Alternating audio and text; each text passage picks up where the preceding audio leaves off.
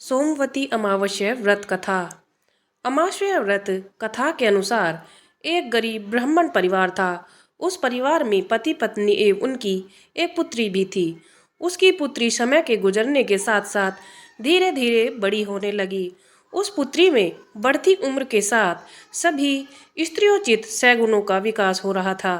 वह कन्या सुंदर, संस्कारवान व गुणवान थी, परंतु गरीब होने के कारण उसका विवाह नहीं हो पा रहा था।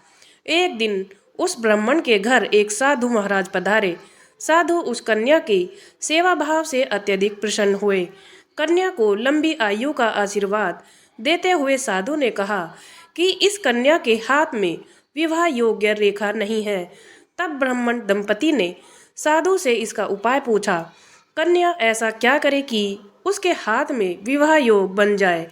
साधु महाराज ने कुछ देर विचार करने के पश्चात अपनी अंतर्दृष्टि में ध्यान करके बताया कि कुछ ही दूरी पर एक गांव में सोना नाम की एक धोबिन महिला अपने बेटे और बहू के साथ रहती है, जो बहुत ही आचार विचार एवं संस्कार संपन्न तथा पतिपरायण है।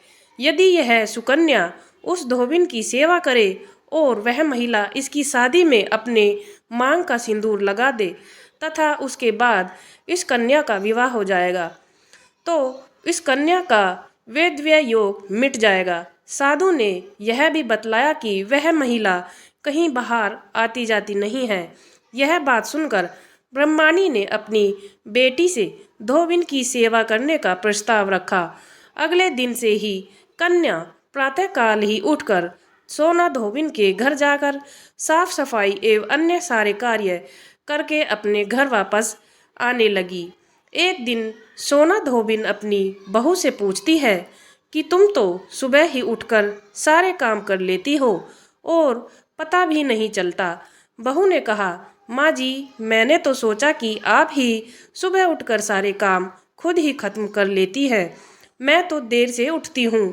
यह सब जानकर दोनों सास बहू घर की निगरानी करने लगी कि कौन है जो सुबह ही घर का सारा काम करके चला जाता है।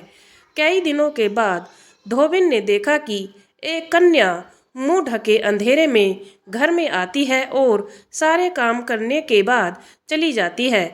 तब वह जाने लगी तो सोना धोबिन उसके पैरों पर गिर पड़ी। पूछने लगी कि आप कौन हैं और इस तरह छुप कर मेरे घर की चाकरी क्यों करती हो। तब कन्या ने साधु द्वारा कही गई सारी बात बताई। सोना धोबिन पतिपरायण थी, अतः उसमें तेज था। वह तैयार हो गई। सोना धोबिन के पति थोड़ा अस्वस्थ थे। उसने अपनी बहू से अपने घर आने तक घर पर ही रहने को कहा। सोना धोबिन ने जैसे ही अपनी मांग का सिंदूर उस कन्या की मांग में लगाया, सोना धोबिन का पति मर गया। उसे इस बात का पता चल गया।